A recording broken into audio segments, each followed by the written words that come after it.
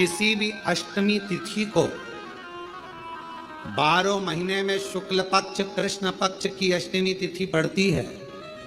यदि किसी भी अष्टमी तिथि को अगर किसी ने नियम बनाया 5 अष्टमी का, 8 अष्टमी का, 7 अष्टमी का, एक कनेर का पुष्प शिव जी के शिवलिंग को समर्पित करना, अशोक सुंदरी के स्पर्श करना, और जो जलाधारी होती है, जैसे ये शिवलिंग है, ये जलाधारी है, तो पहले शिवलिंग पर स्पर्श, फिर अशोक सुंदरी का स्पर्श, फिर जलाधारी पर कनेर का पुष्प शिव जी की ओर मुख कर कर, अर्थात जैसे मानो ये कनेर का पुष्प है, तो ऐसा शिवलिंग का स्पर्श करते हुए जलाधारी पर जो समर्पित करता है, भगवान शंकर उसके मन की कामना को पूर्ण जरूर करते हैं। एक कनेर का पुरुषोत्तम मास चालू हुआ है, अधिक मास चालू हुआ है। 5 चीजें अधिक मास के महीने में शिव जी के लिए आप करिए।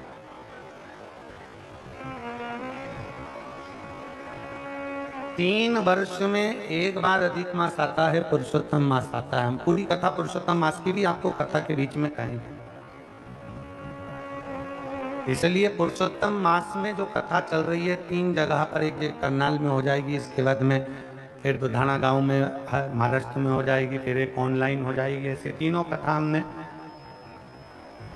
अधिक मास पार्ट 1, अधिक मास पार्ट 2, अधिक मास पार्ट 3, इस नाम से हम इस कथा को दिए। पूरे पुरुषोत्तम मास में, अधिक मास में आपको 3 कथाएं हम श्रवण कराएं, बाबा की कृपा हुई तो। और उन तीनों कथाओं का क्रम शिव को कैसे रिझाया है। 5 चीजें धारण करो। आज 17 मई से अधिक मास प्रारंभ हुआ है, जो 15 जून तक चलेगा। इस 15 जून तक के अधिक मास में 5 चीजें अपने अंदर धारण करना है। पहले नंबर का, शिव जी को 1 लोटा जल सुबह से लेकर शाम तक के बीच में कभी भी चढ़ाना चाहिए। दूसरा, शंकर जी के मंदिर में या बेलपत्री के नीचे या तुलसी के क्यारे के पास में एक दीपक अवश्य लगाएं। चाहे सुबह लगाएं, चाहे शाम को लगाएं, तुम्हारी मर्जी पड़े तब। दीपदान जरूर करो, जल जरूर चढ़ाओ। तीसरा, एक बेलपत्री को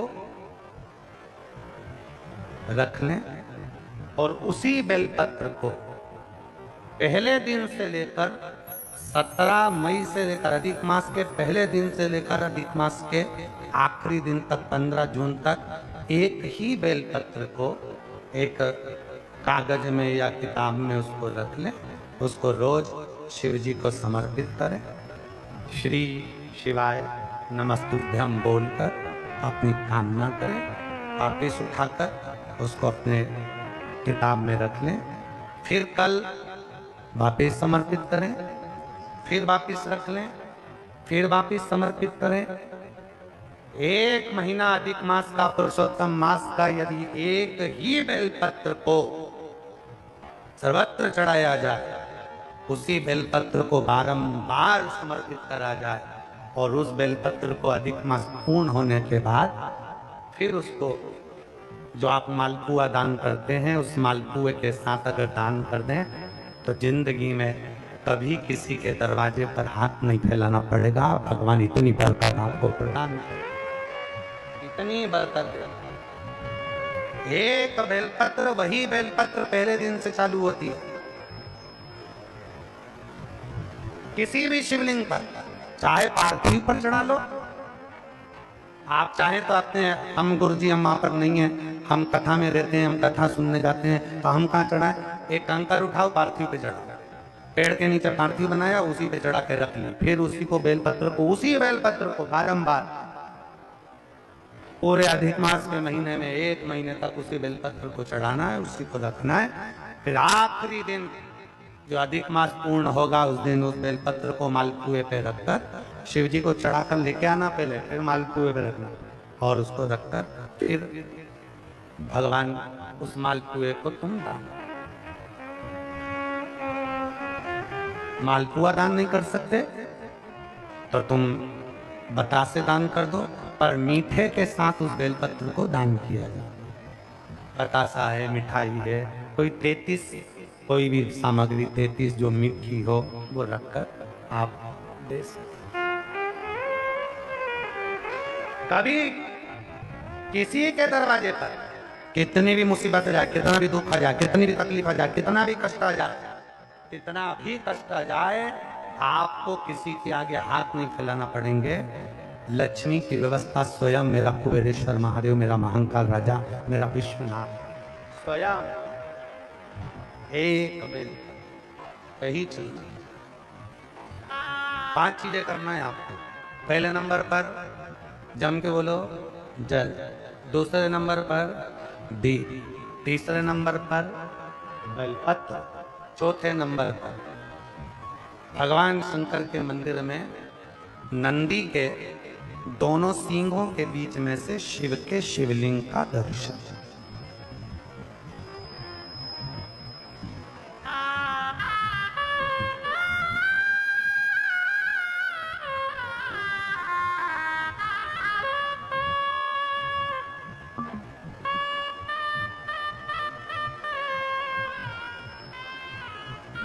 नंदी के जो सींग है उन सींग के मध्य में से भगवान शंकर का दर्शन।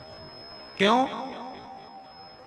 इसलिए अगर पुरुषोत्तम मास में, अधिक मास में हम नंदी के दोनों सींगों के बीच में से शंकर के शिवलिंग का दर्शन कर लेते हैं तो अपने अंतिम सांस तक शरीर के अंदर कोई बड़ी बीमारी कभी नहीं आती, कोई गंभीर बीमारी कभी नहीं आती।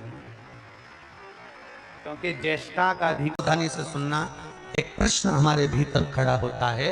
जब हम सूर्य नारायण भगवान को अर्घ देते हैं, जल चढ़ाते हैं, तो वो जल पृथ्वी पर जब गिरता है तो उसके छींटे हमारे शरीर पर लगते हैं। क्या वो ठीक है? क्या वो श्रेष्ठ है? तो शिव महापुराण की कथा कहती है जब हम सूर्य को अर्घ देते हैं, सूर्य को जल चढ़ाते हैं, वो पानी जब पृथ्वी पर गिरता है उसके छींटे हमारे शरीर पर लगते हैं तो वो श्रेष्ठता का भाव निर्मित करते हैं, वो गलत नहीं हो सकता। कारण अब वो भी समझ लीजिए।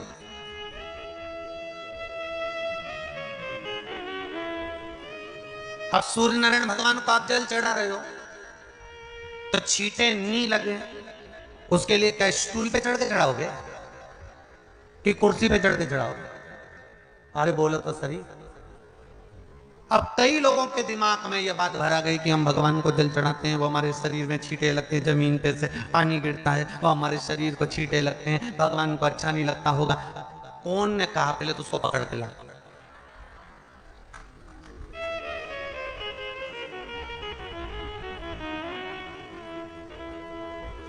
क्योंकि मेरे राम जी महाराज, मेरे भगवान कृष्ण,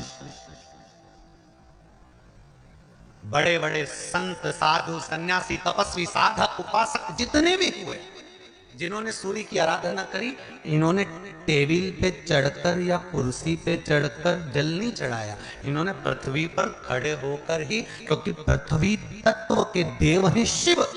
जब हम मृत्यु लोक पर खड़े होकर, पृथ्वी पर खड़े होकर भगवान शंकर का भाग पृथ्वी तत्व को धारण कर कर जल को हाथ में लेकर जब समर्पित करते हैं और जो जल नीचे गिरता है वो शरीर पर अगर लगता है तो हमको उसका आशीर्वाद ही प्राप्त होता है, दोष नहीं लगता। और लोगों ने इसको विपरीत कर दिया कि कौन ने विपरीत करा? कई लोगों ने इसको विपरीत कर दिया। कौन ने विपरीत करा? तो जो दूसरे धर्म के लोग होते हैं, जिनको हिंदू धर्म से नफरत होती है और जो हिंदू धर्म की पूजन, सेवा, अर्चना को समाप्त करना चाहते हैं, वो धीरे धीरे धीरे धीरे कहने लगे कि सूर्य को जल चढ़ाओगे तो शरीर में लगेगा, शरीर में लगेगा तो दोष लगेगा। इसको कह कहकर घर घर में सूर्य को जल चढ़ाना लोगों ने बंद कर दिया कि आप जल चढ़ाएंगे तो दोष लगेगा, शरीर पे छींटा लगेगा, शरीर को ऐसा लगेगा।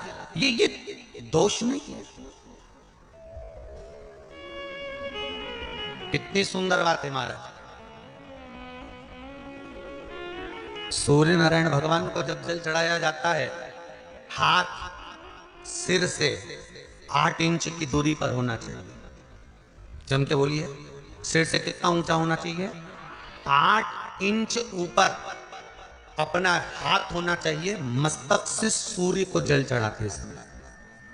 और न चांदी का, न स्टील का, न लोहे का, न प्लास्टिक का, न कांच का, न सोने का कोई बर्तन, न कांसे का, न एल्युमिनियम का, न पीतल का, केवल एक पात्र होना चाहिए, वो है तांबे का। काय का पात्र होना चाहिए? तांबे का पात्र। और सूर्य नारायण भगवान को जब 8 इंच ऊपर तुम्हारा हस्त है और जब हम सूर्य को जल चढ़ा रहे हैं, कैसे जल चढ़ाना है वो भी समझ लीजिए। अगर कोई कैंसर का मरीज है, जिसके चेस्ट में कैंसर आ गया हो, लेफ्ट में, राइट में कहीं पर कैंसर आ गया हो, या कोई गठान आ गई हो, तो महाराज आप जल चढ़ाते समय उस जल की धार को सूर्य भगवान को जब चढ़ा रहे हो तो धार आपकी गठान की ओर जाना चाहिए, जिससे सूर्य की किरण उस जल में से आपके उस स्थान पर पड़े, उस जगह पर पड़े जहां पर गठान है। महाराज आप लगातार जल तो चढ़ाना चालू करो, अच्छे अच्छे डॉक्टर फेल हो जाएंगे और कह देंगे गठन ठीक हो। आपका लीवर और किडनी गड़बड़ कर रहा है, आप प्रतिदिन आपका स्वास्थ्य गड़बड़ रहता है, आप प्रतिदिन ये ज्योतिष शास्त्र के अंतर्गत, रत्न शास्त्र के अंतर्गत, ये रत्न शास्त्र, ज्योतिष शास्त्र, रंग शास्त्र जो हमारे यहाँ है, रंगों के हिसाब से ये जितने रत्न होते हैं, माणिक हुआ, सोन, मोती हुआ, नीलम हुआ, मूंगा हुआ, पुखराज हुआ, ये क्यों कहते हैं? ये पीला है, ये सफेद है, ये नीला है, ये लाल है, इसको शरीर में क्यों पहनाते हैं? उसका कारण होता है कि जब शरीर में पहनते हैं, सूर्य की किरण उसमें पड़ती है, हमारे शरीर पर वो कलर का इफेक्ट पड़ता है, उस कलर को शरीर पर लगता है, और शरीर पर लगता है तो हमारा शरीर धीरे धीरे, हमारी जो इंद्रियां हैं वो सही होने लगती हैं, काम सही होने लगता है। तो आप एक निवेदन आप सबसे, मान लो डॉक्टर कह दिया कि केस बिगड़ा हुआ है,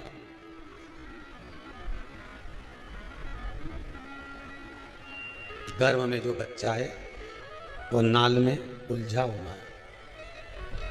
बिगड़ा हुआ कैसे? नहीं संवर रहा, सुधर ही नहीं पा रहा, और लग रहा है कि कुछ ना कुछ उपद्रव होगा। तो फिर कुंदकेश्वर महादेव के नाम से तुरंत एक लोटा में पानी भरो कलश में, और बाबा कुछ मत करो, बस कुंदकेश्वर महादेव के नाम से शिव जी को चढ़ा कर आ जाओ, उसके भरोसे पर छोड़ दो। अब उलझाना कि सुलझाना तू जान, तेरे इतने साल के बाद किसी के यहाँ औलाद दे दी, संतान दे दी, तो वो नगाड़ा बजाने आ गया। तुम बाबा पर विश्वास कर कर अगर एक लोटा पानी भी शिव को समर्पित करते हो तो क्यों ना देगा। बस किस नाम को किस जगह पर बोलना है, किस नाम का स्मरण कहां करना है, ये आपके ऊपर होना चाहिए, ये आपके ऊपर।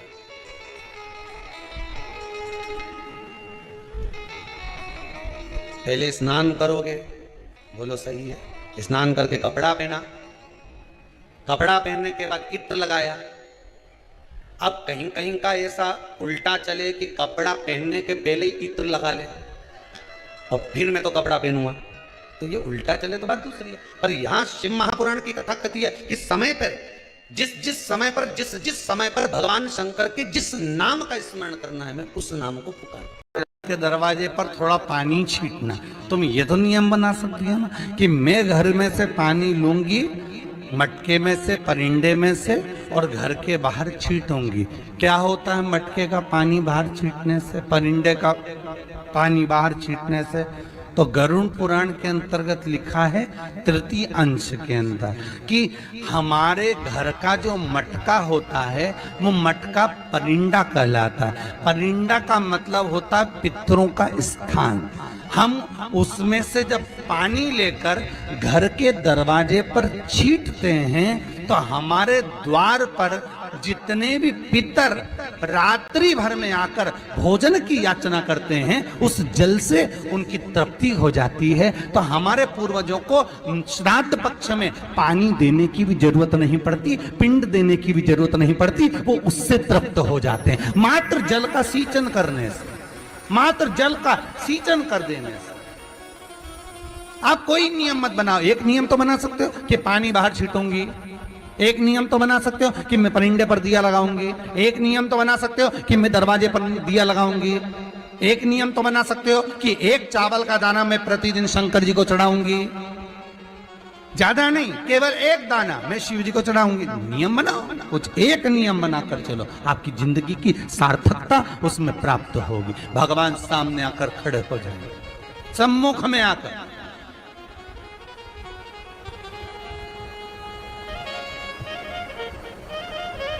नियम आपका होगा, पूरा उसको करना होगा, पूरा उसको करना।